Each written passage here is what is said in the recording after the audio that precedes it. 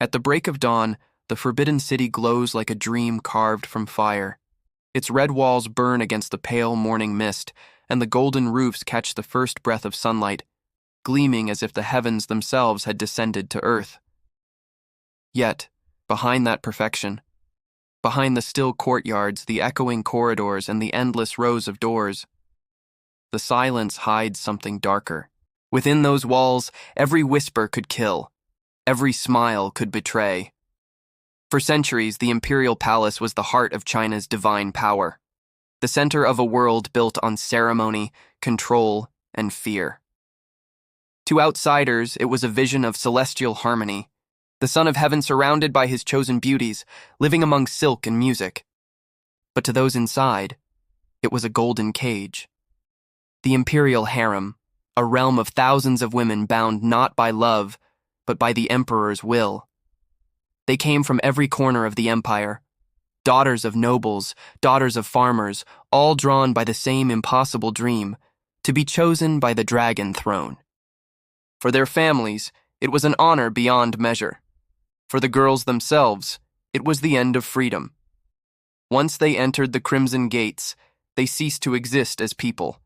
They became titles, ranks, possessions. Every movement, every word, every breath was governed by ritual. They were taught to smile, but not too brightly, to serve, but not to speak, to love, but never to expect love in return. For the Emperor was not a man, he was an institution, a god among mortals, and in his shadow, no heart could remain whole. Behind the silken curtains, rivalries bloomed like poisonous flowers. One woman's beauty could mean another's death. The scent of perfume mixed with the scent of fear, and the sound of distant music often hid the muffled cries of the forgotten, those who had displeased, defied, or simply been replaced. Because in the harem, beauty was power, and power was peril. To be chosen by the Emperor was not a blessing, it was a sentence. And so, beneath the blazing roofs of the Forbidden City, amid all its splendor and silence, the most delicate battles in Chinese history were fought, not with armies or swords, but with glances, whispers, and poisoned cups of tea. Behind every painted smile was a rival, behind every jewel a knife. Every few years the call would echo across the empire. The Emperor seeks new flowers for the palace. It was a command that no one dared refuse. From distant provinces to the crowded streets of the capital, families prepared their daughters for the most terrifying opportunity of their lives, the chance to enter the Imperial Harem. To the people, it was an honor beyond words. For a father, it could mean a lifetime of favor. For a mother, it could mean glory, her daughter standing beside the Son of Heaven. But for the girls themselves, it was a trembling path into the unknown. They were told they were chosen for greatness. But greatness has many forms, and some burn brighter than the sun before they vanish into ash. The process began with the inspections. Officials appointed by the palace traveled through towns and villages, seeking virgins between the ages of 13 and 16, the age of blossom, as the poets called it. Their task was not gentle. The girls were examined for every detail: skin without blemish, teeth without stain, hair like silk, and eyes clear as jade.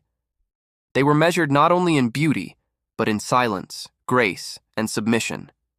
For a girl to speak too boldly, to flinch, or even to weep, could mean immediate disqualification, or worse, disgrace for her family. Some fainted from fear, others were trained to smile through tears. Those who passed the first test were sent to the capital, where the real trials began.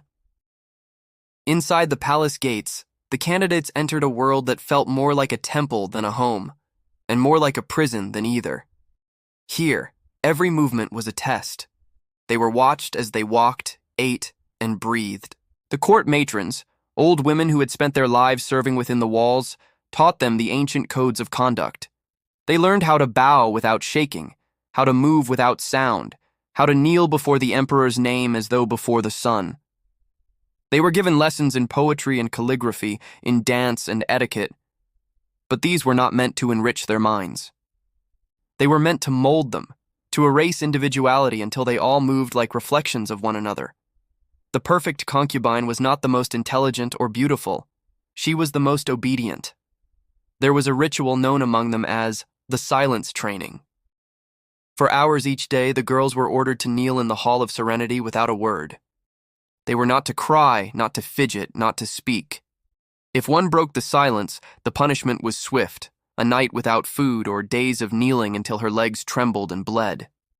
It was said that by the end, many could sit still for an entire night without moving a muscle.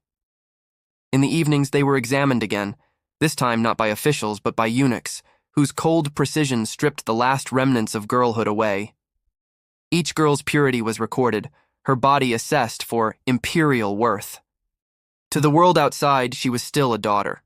Inside those walls, she was an object of potential, to be chosen or discarded. And yet, through the fear, many of them still dreamed. They dreamed of being the one to catch the emperor's gaze, of rising to riches, of their names written in history.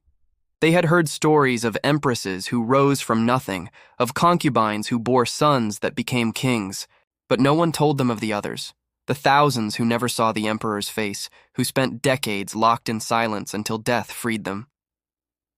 Outside the palace, their families waited anxiously for word. A daughter chosen meant power, influence, safety.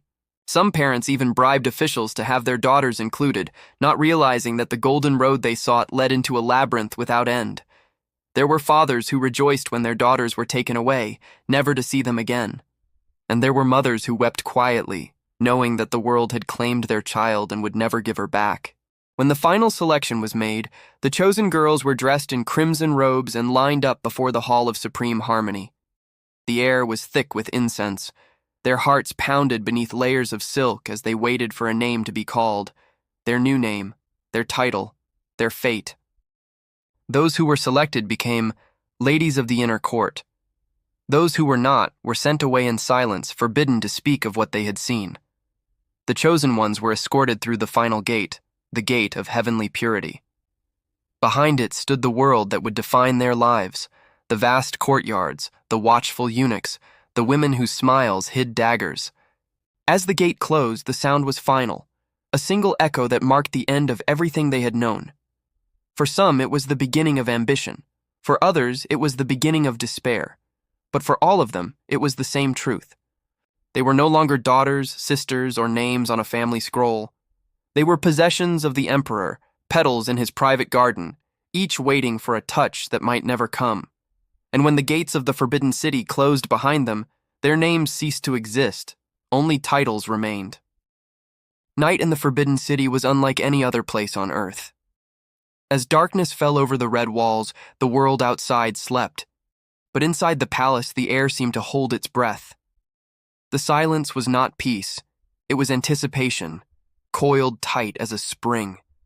Because tonight, as on countless nights before, the emperor would choose. When the Son of Heaven desired company, the entire palace stirred into motion. It began with a single order, a quiet command whispered through the halls by eunuchs who served as both guardians and executioners of the emperor's will. The chosen concubines were summoned from their chambers, trembling as they were bathed, perfumed, and stripped of every ornament. Their bodies were rubbed with sandalwood oil, their hair combed until it gleamed like ink. Then came the ritual of the silk. The woman was wrapped in a single sheet of yellow silk, a symbol of purity and submission. Naked beneath it, she was lifted by eunuchs, carried through torchlit corridors toward the dragon throne. She was not allowed to walk, for her feet could not touch the same ground as the emperor's. Even her breath was considered too lowly for the divine air of his chamber. Inside the imperial bedchamber, the rules of the night were absolute. The woman could not speak unless spoken to. She could not look upon the emperor's face unless ordered. When he entered, she was to bow so low that her forehead brushed the floor, the silk pooling around her like the petals of a flower that dared not bloom. To outsiders, this ritual was described as sacred, a merging of heaven and earth, the divine act through which the empire was renewed. But within the harem, every woman knew the truth. It was a test of obedience, patience, and fear. Because the emperor's touch was never merely personal, it was political. Every caress carried consequence. To bear his child was to hold a fragment of eternity. To fail him was to court disaster. A single night could raise a woman to unimaginable power, or condemn her to a lifetime of silence. Some emperors treated these encounters as matters of duty, cold, detached, mechanical. Others indulged in excess, surrounding themselves with dozens of concubines in a single evening.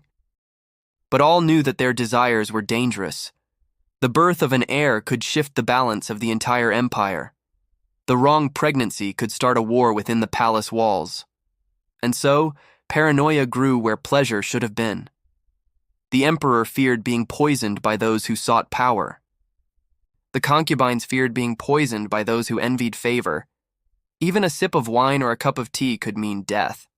Every night, eunuchs would taste each dish before it touched imperial lips, and even then, many emperors slept lightly, one eye open to the shadow beside them. For the women, beauty itself became a curse. To be noticed was peril. To be ignored was despair. Some prayed endlessly to be chosen, believing it would bring them honor. Others prayed even harder not to be chosen, knowing that a single night of favor could make them the target of every jealous rival in the harem.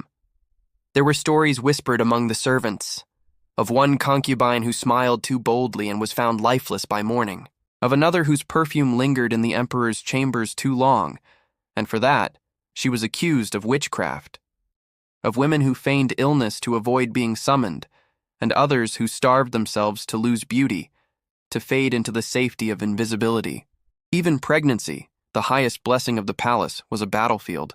For the child of the emperor was not simply a son or daughter, it was a claim to the throne, a weapon in the war of succession. A concubine who conceived lived under constant guard, watched by enemies waiting for her to stumble. Many drank strange herbs to delay conception, others prayed every night that their womb would remain empty. And through it all, the emperor remained untouchable, a god among mortals, trapped by his own rituals, surrounded by beauty, yet consumed by suspicion. He could command armies and end dynasties with a word, but he could never be sure if the woman beside him offered love or poison. After each night, the chosen concubine was escorted back the same way she came, carried under silk, silent and trembling. The eunuchs marked her name, the hour, the direction she faced, the temperature of the chamber, all recorded in secret archives to ensure order in the divine household.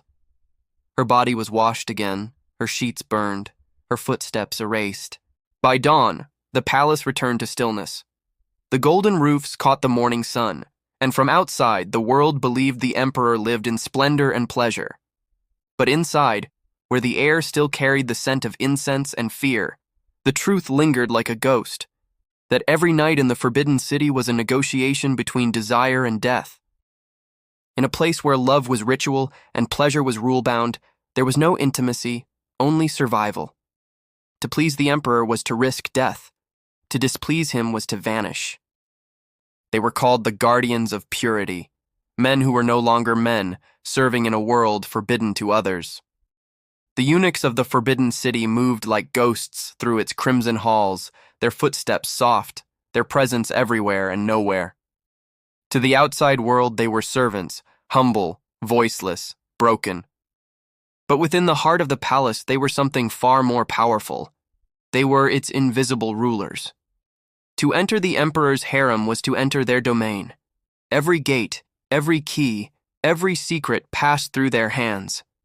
They decided who saw the emperor, what words reached his ears, what food touched his lips. Their mutilation had stripped them of manhood, but given them something far more enduring: access. In a world where the emperor trusted no one, only those who could not father children, who could not threaten his bloodline, were allowed to live so near his throne. At first their duties seemed simple: to serve, to protect, to obey. But the harem was not a place of obedience. It was a web of desires, jealousies, and lies. And in that web, the eunuchs became its spiders. They learned that power did not lie in strength, but in secrets. The eunuchs were watchers. They heard everything: the whispers of concubines plotting against one another, the quiet pleas of servants begging for mercy, the arguments of ministers behind silk curtains, They controlled the letters that entered and the messages that left. A single missing scroll could change the fate of an entire family. A single word carried to the wrong ear could mean death. Through time, their influence grew until it rivaled that of the emperor's own ministers. Some eunuchs amassed wealth beyond imagination, gold, land, palaces of their own hidden within the forbidden city. They traded favors like currency, accepting bribes from desperate concubines who sought a moment in the emperor's gaze. It was said that the most cunning among them could determine the rise and fall of dynasties with a whisper. A concubine favored? A eunuch likely arranged it, a rival suddenly disgraced. A eunuch's hand had written the accusation. Behind every shift of fortune in the harem, there was always a shadow with no voice, no bloodline, no mercy. But their power came at a terrible price. To become a eunuch was to surrender everything: identity, dignity, humanity. The mutilation was both physical and spiritual. Many were taken as boys, poor and desperate, their families selling them into service for a few pieces of silver. The act itself was brutal: a blade, a basin, and silence. Some died from the bleeding. Those who lived carried their scars not only in flesh, but in soul. And yet, within the walls of the Forbidden City, they found a strange kind of revenge. Stripped of manhood, they became masters of manipulation. They played the roles of servants, but their minds were sharper than any sword. They knew the fears of the concubines, the moods of the emperor, the ambitions of the ministers. They were the unseen pulse of the empire, the dark current flowing beneath its golden surface. For the concubines, the eunuchs were both salvation and danger. They were the only men allowed to see them, speak to them, touch their presence. Many women grew to trust them, or believed they did. Some forged alliances, whispering secrets in exchange for favors. Others fell into forbidden intimacy, seeking comfort in the only human connection they could find. But affection with a eunuch was a crime beyond forgiveness. Discovery meant death, for both. Still, the rumors never ceased. There were tales of eunuchs who betrayed their emperor for love, of concubines who used affection to command loyalty, of secret pacts sealed not with desire, but with shared despair. In the world of the harem, the line between servant and master blurred until no one could tell who truly ruled. By the late Ming and Qing dynasties, eunuchs had become infamous. Some worshipped, some feared. They commanded armies of servants, hoarded imperial treasures, and even dictated the emperor's decisions. The palace that had sought to control desire instead became enslaved by those it had mutilated. But not all eunuchs were villains. Some were loyal beyond measure, serving faithfully until death. They polished jade floors and carried out orders with quiet devotion.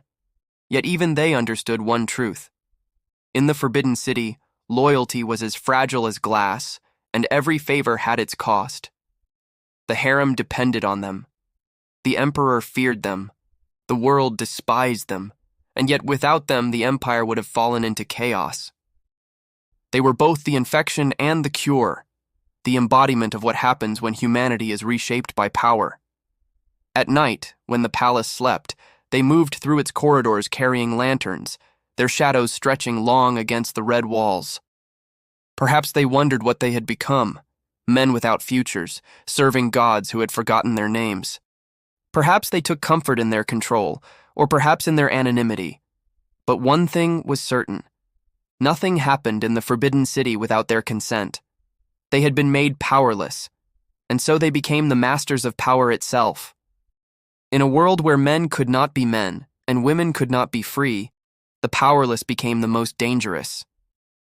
By day, the Forbidden City shimmered with calm, a paradise of order and beauty. The courtyards were swept clean, the air scented with sandalwood, the concubines gliding like swans through mirrored halls. But that peace was only the surface. Beneath the silk and ceremony, the harem was a battlefield. There were no swords, no shields, no open wars, only whispers, smiles, and poisoned cups. Here the emperor was not the only master. The harem itself was a kingdom of women, bound by rank and ruled by fear. At the summit stood the empress, the mother of the nation, her authority second only to the Son of Heaven. Beneath her, the imperial noble consorts, the concubines, and then the court ladies who hovered at the edge of invisibility.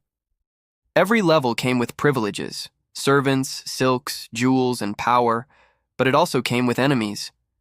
Because in the Forbidden City, one woman's rise meant another's fall. The Empress was both queen and prisoner, her crown a symbol of control and a target for hatred. She presided over the harem like a judge over the condemned, maintaining order with grace and cruelty in equal measure. If the emperor favored another, jealousy became a storm she had to weather in silence or turn to vengeance.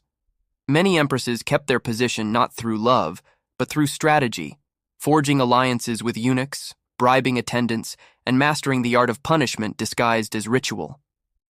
Below her, the concubines competed for more than affection. A single glance from the emperor could elevate them to nobility or doom them to oblivion. To bear an imperial heir was the highest ambition, and the most dangerous. For the mother of a prince could become the mother of an emperor, and so every pregnancy was surrounded by anxiety, isolation, and deceit. The poisonings began quietly. A maid who slipped a strange herb into a cup of tea, a concubine who never woke after her nightly soup, a physician who vanished after mixing the wrong tonic. Within the harem, no one trusted food unless it had been tested twice, once by a servant, once by a eunuch. But even that was no guarantee. Death moved silently through the palace kitchens, wearing the scent of jasmine.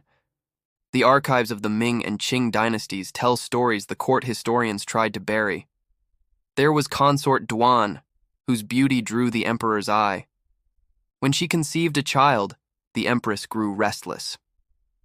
One evening, the empress invited her to a tea ceremony, a gesture of reconciliation. By dawn, consort Duan was dead. The cause was listed as sudden illness. Her unborn child was declared never to have existed. There was Lady Lu, accused of witchcraft after another concubine suffered a miscarriage. She was dragged from her quarters and interrogated by eunuchs for 3 nights. No evidence was found, but by then, her face was unrecognizable, and her mind broken. She was quietly sent away, her name struck from the palace records. And then, there were the silk punishments, the cruelest of all. When a concubine was sentenced to die, she was not executed publicly. Instead, a length of white silk was delivered to her chamber, a silent command to end her own life. The eunuchs would wait outside until the struggle ended, then carry the body away before dawn. By morning, her quarters would be scrubbed clean, her possessions divided, her name never spoken again. It was said that the palace was filled with ghosts, women who had smiled too brightly, spoken too freely, or loved too deeply. At night, servants whispered that their cries echoed through the marble corridors, calling for justice that never came. Among these endless rivalries, one woman rose higher than any before her, Empress Dowager Cixi. She entered the palace in 1852, just one concubine among hundreds, chosen to serve the young emperor Xianfeng. But she was clever, observant, patient. She learned the rhythms of the court, the weaknesses of her rivals, the fears of her emperor. When she bore him a son, her power began to grow. After the emperor's death, Cixi's brilliance turned to domination. Through cunning alliances with eunuchs and generals, she positioned herself as regent for her child, and then for the next emperor, and the next. By the end of her life, she ruled the entire Qing Empire from behind a silk screen, issuing decrees in the emperor's name. Her rise was legendary, but also symbolic, proof that in the harem's brutal hierarchy, survival belonged not to the pure, but to the ruthless. Cixi's brilliance was born from fear, her control forged from pain. To survive, she had to become the very thing the palace demanded, both flower and serpent. Every woman in the harem learned the same lesson, sooner or later. Friendship was an illusion. The woman who smiled with you in the morning could ruin you by nightfall. Alliances lasted only as long as convenience allowed. Even sisters who entered the palace together often became rivals, driven apart by jealousy and suspicion. The younger concubines dreamed of love. The older ones laughed at them. "Love?" they would say. "Love is for peasants. We deal in power." Still, some women tried to hold on to compassion. helping each other in secret, hiding forbidden letters, sharing medicines. But kindness was dangerous. A single act of mercy could be twisted into treachery. A concubine who offered comfort to another might be accused of conspiracy. And so, they learned to guard their hearts as carefully as they guarded their words. Even the servants were drawn into the games. Maids spied on their mistresses, reporting secrets for small rewards. Eunuchs played both sides, turning jealousy into profit. The walls of every chamber had ears, and the air itself seemed to breathe betrayal.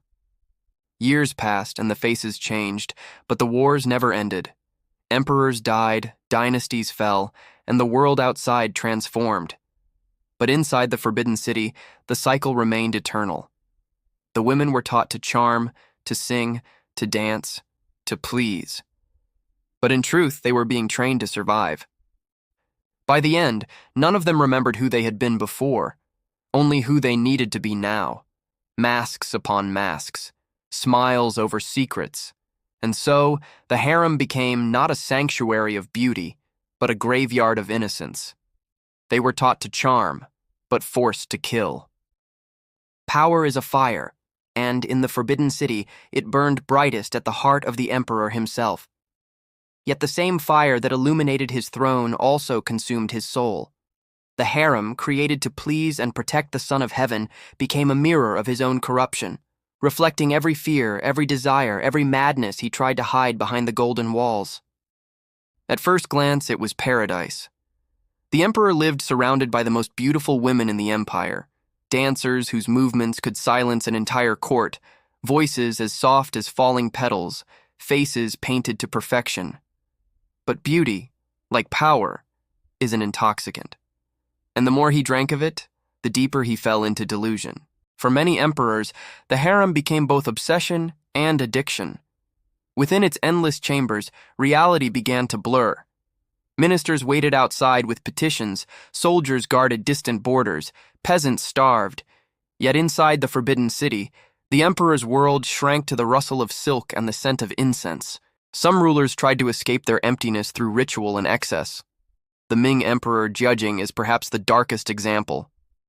Convinced that youth and immortality could be stolen from the vitality of young women, he surrounded himself with hundreds of virgins, girls barely in their teens, believing that through their essence he could extend his life. They were forced into alchemical purification rituals, bathed in rare herbs, and made to serve him in ceremonies disguised as sacred Taoist practice. Many of them died in silence, their deaths written off as divine misfortune. But cruelty breeds consequence. The Jiajing emperor's tyranny was so great that his own concubines once plotted to kill him, a desperate act by women who had nothing left to lose. They crept into his chamber one night and tried to strangle him with a silk ribbon. The attempt failed, and the women were executed in the most brutal fashion. Yet that night, something broke inside the palace that could never be mended. The emperor withdrew into seclusion, surrounded only by alchemists and eunuchs, a god retreating into madness. This was the curse of the dragon throne. The higher one rose, the lonelier the air became.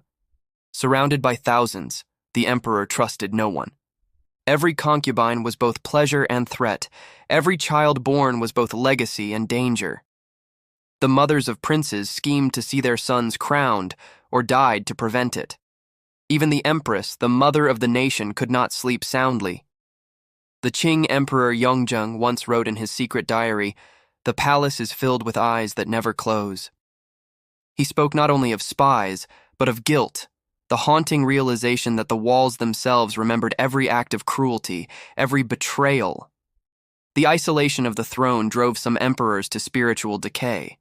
They turned to superstition, to sorcery, to the whispers of eunuchs who promised protection through strange rituals. The imperial gardens became playgrounds of fear, where astrology decided life and death, and where dreams were interpreted as omens of rebellion. Others sought escape through pleasure. The Wanli emperor abandoned his ministers for decades, losing himself in wine and women. His neglect rotted the state from within, paving the way for corruption that would later destroy the Ming dynasty. The harem, once a symbol of imperial majesty, had become a cage of decadence. But the saddest truth was this: Even emperors could not buy love. Surrounded by thousands who worshipped his power, he could never know who cared for the man behind the title. Every smile might be strategy, every tear a weapon. The bedchamber became a battlefield, and the emperor, its prisoner. By the final centuries, the curse of the harem was no longer a secret. Even the great Empress Dowager Cixi, who rose from concubine to ruler, saw its madness firsthand. She watched emperors waste away under the weight of their own appetites, their minds devoured by paranoia and lust. And in her later years, when she ruled alone from behind a screen, she too became the embodiment of that curse, powerful, feared, and utterly alone. The Forbidden City, once built as a palace of heaven, had become a mausoleum of desire. Every pavilion, every courtyard held echoes of those who had perished chasing pleasure or power. The incense still burned, the music still played, but beneath the surface, the empire's heart was hollow. And so it was that the harem, created to ensure immortality through heirs, instead became a tomb for the soul of the dynasty. The emperor, the son of heaven, sat upon his dragon throne, surrounded by beauty, drowned in fear, consumed by ghosts of his own making. Because in the end, the harem did not only devour women, it devoured the men who ruled it. In seeking immortality through pleasure, they found only ghosts. When the last dawn of empire rose over the Forbidden City, it did not blaze in glory. It trembled in silence. The same red walls that once gleamed beneath the sun of 1,000 emperors had begun to fade, their paint peeling like old skin. The golden roofs, once a reflection of heaven itself, now shimmered beneath a dying light. And the courtyards that had once echoed with the rustle of silk and the sound of music stood still, waiting, listening, remembering. For nearly 500 years, the Forbidden City had been the beating heart of China. Within its gates, emperors ruled as gods, and concubines lived and died unseen. But as the 19th century bled into the 20th, the old world began to crumble. Rebellion thundered beyond the palace walls. Foreign powers tore at the empire's borders, and even the heavens seemed to turn away. The dragon throne, once unshakable, began to crack. Inside, the harem still performed its rituals, though everyone knew the end had begun. The eunuchs shuffled through the corridors like ghosts of a dying order, their once proud faces now lined with fear. The concubines, once radiant with jewels, whispered prayers to ancestors who no longer answered. Even the Empress Dowager Cixi, the iron matriarch who had ruled from behind silk screens, could not stop the tide. She had wielded the harem's power to command emperors and crush rivals. But in her twilight years, she watched as the empire she fought to preserve decayed from within. When the Qing dynasty finally fell in 1912, the walls of the Forbidden City did not collapse, but the world within them did. The last emperor, Puyi, was a child barely old enough to understand what it meant to rule. The women who had once lived to please him were now relics of a vanished order. The eunuchs, stripped of purpose, wandered the courtyards in confusion, clutching at memories like faded scrolls. The harem, once the empire's hidden heart, became an echo chamber of grief. Some concubines were allowed to leave, stepping outside the crimson gates for the first time since girlhood. They emerged into a China they no longer recognized, a world of machines, factories, and foreign uniforms. Many had no homes to return to. Their families had long since died, their names erased from the records of both palace and province. They were nameless women carrying memories no one wanted to hear. Others refused to leave. They stayed behind in the deserted halls, living among the dust of their former lives. They tended empty gardens, lit incense before forgotten shrines, and whispered prayers to dead emperors. For them, freedom was not salvation. It was exile. Visitors in later years would sometimes swear they heard faint footsteps in the Hall of Tranquil Longevity, or soft laughter echoing from behind closed doors.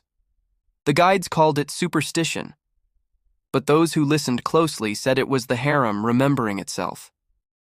As the Republic took hold, the Forbidden City was transformed from a palace of power into a museum of memory. Tourists wandered through chambers where history had once hidden its darkest secrets. The lacquered beds, the jade mirrors, the faded screens where concubines once knelt. The air was still thick with the perfume of centuries, though the bodies were gone. The silence was almost holy. But no display could capture the truth. No plaque could describe the weight of the lives lived here. The girls who arrived full of dreams and left as ashes of silence. No historian could measure the cost of beauty turned into bondage or the pain of a love forbidden to bloom. In the end, the harem had destroyed both ruler and ruled. The women who were brought in to serve pleasure had their souls erased. The emperors who indulged in that pleasure lost their minds, their empires, and their humanity. The eunuchs who sought power found themselves despised and forgotten. Every victory inside those walls was a loss waiting to happen. The Forbidden City still stands, vast, magnificent, eternal. Its gates are open now, its secrets displayed for the curious. Yet beneath the sunlight, beneath the tourists' chatter, something remains. The air still hums with the memory of those who walked its marble floors barefoot, who spoke in whispers, who smiled through terror.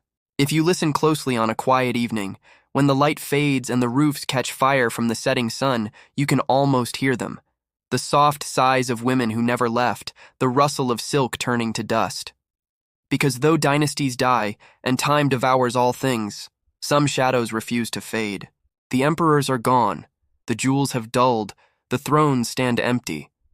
But the walls remember, the halls remember, and the silence remembers most of all. Silk rotted, gold tarnished. But the shadows never left. In the end, what was the Imperial Harem? Was it the crown jewel of China's dynastic power, or the poison that corroded it from within? For centuries, it was said to be a symbol of divine order, a world where beauty and obedience served the Son of Heaven. But when the music faded and the thrones turned to dust, what remained was not harmony, but silence.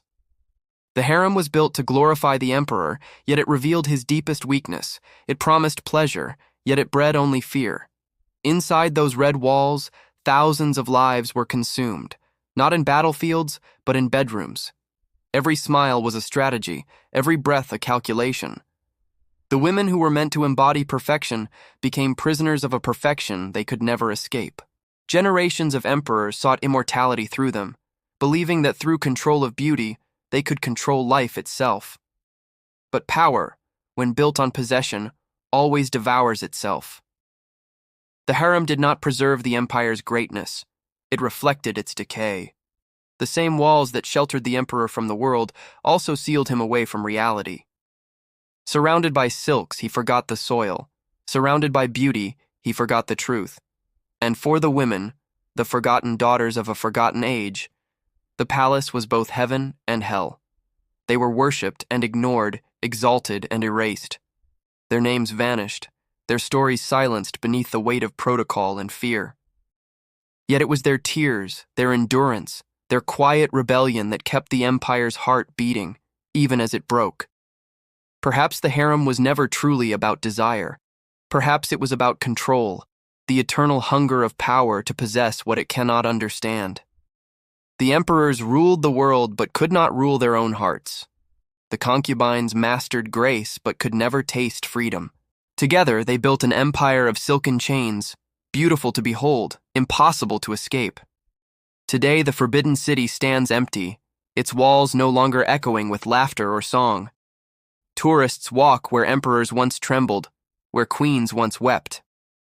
Yet if you listen closely, beneath the hum of the crowd and the whisper of the wind, you can still feel it.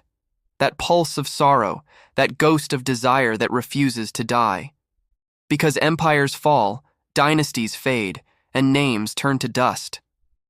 But the human hunger for power, and the pain it leaves behind, endures. They called it the Palace of Eternal Harmony.